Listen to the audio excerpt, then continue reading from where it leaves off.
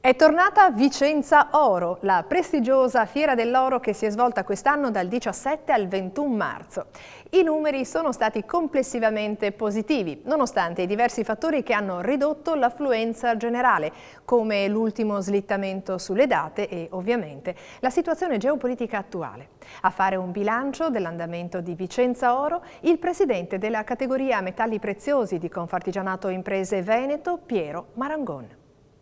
Dopo 2 anni di pandemia e di fiere mancate abbiamo avuto la fiera, l'abbiamo avuta un po' in ritardo, ma devo dire che i risultati sono incoraggianti. Le aziende, i nostri associati e non, sono soddisfatti dell'affluenza di un po' tutta la clientela, devo dire, sia nazionale che internazionale. Questo spostamento che abbiamo avuto della fiera da gennaio a marzo ha fatto sì che in qualche maniera vi fosse o vi sarà un affollamento, vi è un affollamento in questo periodo. Avremo nelle prossime settimane in Argenta, abbiamo la prossima settimana Istanbul, il Qatar, e quindi c'è un po' un affollamento. È chiaro che la clientela cerca in qualche modo di organizzarsi e questo è stato un po' anche un handicap per quanto riguarda l'affluenza a Vicenza, che devo dire, ripeto, non è mancata, è stata un'affluenza seppur magari in termini numerici un po' ridotta ma di altissima qualità. Siamo soddisfatti in termini di raccolta ordini, il comparto continua in un trend che già l'anno scorso,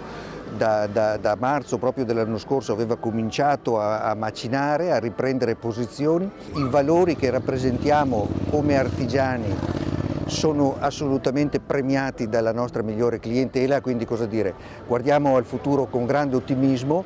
L'unica criticità è la mancanza di manodopera per far fronte a una richiesta di gioielleria, di oreficeria vicentina, veneta, ma vorrei dire italiana, ed è questa una criticità della quale come associazione ce ne stiamo facendo carico e ci stiamo concentrando su quella che è la formazione